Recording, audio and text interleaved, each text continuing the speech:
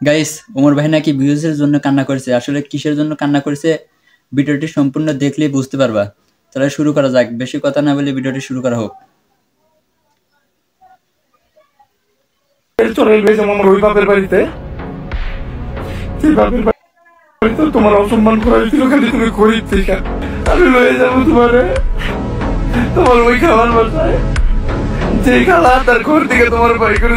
তো hey guys, তোমরা মনে হয় ইতিমধ্যে দেখছো যে নেপালে গিয়ে ওমর অন ফায়ার তার ফ্যামিলি মেম্বারকে নিয়ে কথা বলতে আছে। ছোটবেলায় সে তার বাবাকে হারাইছে এন্ড তার ফ্যামিলি। ভিডিওটি কে কে দেখেছো অবশ্যই কমেন্টে বলো।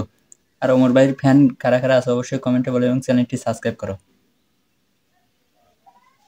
মেম্বারের অনেক খারাপ সময় গেছে, এটা নিয়ে সে দুঃখ প্রকাশ করতেছিল। ইভেন সে তার মাকে আই লাভ ইউ বলে কান্নাকাটি করছিল। আর ওমরের এই কান্নাকাটি নিয়ে দেখলাম যে কিছু খানকির পোলা মজা নিতেছে, মজা মানে ভাই একটা মানুষ তার ফ্যামিলি মেম্বারের খারাপ সময়গুলোকে নিয়ে কথা বলছে আর ওই সময় সে ইমোশনাল হয়ে কান্না করছে। আর ওই কান্নাগুলোকে নিয়ে দেখলাম যে কিছু কিছু ন্যাংটা মার্কা ভাইনচুদরা হাসি ঠাট্টা করতেছে ভাই, হাসি ঠাট্টা। আমি নেপালের মাউন্টেনে এসে আমার আম্মুরে আই লাভ ইউ বলছে, অন্য কোনো বেস ক্যাম্পে এসে আমি গেছিলাম এভারেস্ট বেস ক্যাম্পে যেয়ে বলতে। এখন অনেকে বলতে পারেন যে ভাই এই জায়গায় যে কান্দার কি হলো, ভাই জায়গায় আম্মুরে আই লাভ ইউ বলা কি।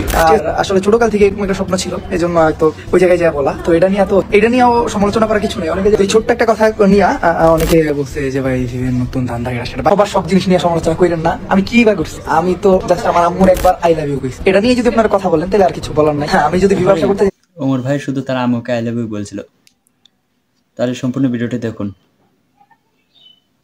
দিতাম তাইলে বহুত আগেই যাই নিয়ে আম্মার লেগে চুরি কিনা নিয়ে যে আম্মারে দিতাম। ঘরে বহুত জিনিস কিনছি, ওগুলা প্রত্যেকটা কিনতাম, দিতাম, ভিডিও করতাম, ভালো টাকা আসতো। আমার ফেসবুক থেকে কোনো টাকা আসে না যে আমি ব্যবসা করবো, ঠিক আছে। তো গাইস, ওমর তো তার আম্মুকে আই লাভ ইউ বলার বিষয়টা আর কান্নাকাটির বিষয়টা ক্লিয়ার কইরা দিছে। তারপরেও যারা এই বিষয়টা নিয়ে ঠাট্টা করছে, মজা নিছে, তো তাদেরকে আসলে আমার এই আজকের ভিডিওতে সেটা ভাঙ্গা একটা ঢোস দিতে চাই। তো চলো শুরু করা যাক।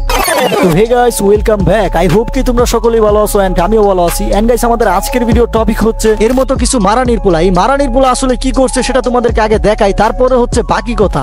আমার মাকে একটা কথা বলার জন্য চলে আসলাম মরুভূমিতে, কারণ আমার বাপের অনেক টাকা আছে।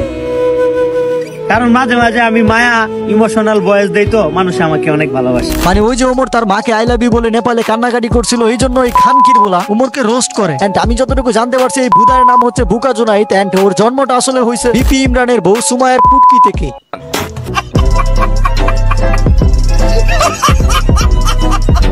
তো গাইস, এই বুকা জুনাইদ তার এই কানারে নিয়ে আসলে আরো অনেক কিছু বলার আছে আমার। তো তার আগে আসলে একটু রিল্যাক্স হয়ে নি। তো লেডিস এন্ড জেন্টলম্যান, এখন আমি আপনাদের সাথে পরিচয় করিয়ে দেব বিশ্ব সেরা কানা, যে কিনা বর্তমানে দুবাই উপস্থিত আছেন। সে এখন দুবাই থেকে আমাদের সামনে বক্তব্য রাখবেন। ওমর এন্ড অপু দুইজনের মধ্যে একটা জঞ্জাল চলতেছে, মানে ঝগড়া বিবাদ হইতেছে। হ্যাঁ, বুঝতে পারলাম ওগো দুইজনের ভিতরে ঝগড়া চলতেছে, তাতে আসলে তোর কি? এই বিশ্ব সেরা কানা তোর কি? তুই কি ওগো দুইজনের গ্যাঞ্জাম মিটাবি নাকি? নাকি ওগো দুইজনের? আসলে দেখলাম যে ওমর ভাইকে নিয়ে কিছু কথা বলতেছে। সম্পূর্ণ ভিডিওটি দেখা যাক আসলে কি হয়। তুই তোর ফোন প্রমোট করতেছস, তুই কথা বলতেছস মুখ দিয়ে, আরেক হাত দিয়ে অঙ্গ ভঙ্গি করে দেখাই দিতেছস তুই আসলে কি বলতে চাচ্ছিস। এন্ড আরেক হাতে অ্যাপেলের এইভাবে ধরে রাখার মানিটা কি রে কানা? মানিটা কি? তুই তোর দোকানের অ্যাপেল প্রমোট করতেছস, তাই না কানা? আরে কানা ওমরের নাম নিয়ে তার অ্যাপেল প্রমোট করতেছে, আবার বলতেছে ওমর নাকি আগে না খায় থাকতো, ওমর নাকি ওর শাওয়া। ওমরে হইলো আমার হাওয়া, হাওয়া বুঝো? ওমরে হইলো আমার হাওয়া। ও আচ্ছা, তাই নাকি কানা? খারা কানা, তোর একটু কলা খাওয়া এলো, ঝনে সিংসের কলাটা একটু খাওয়া এলো।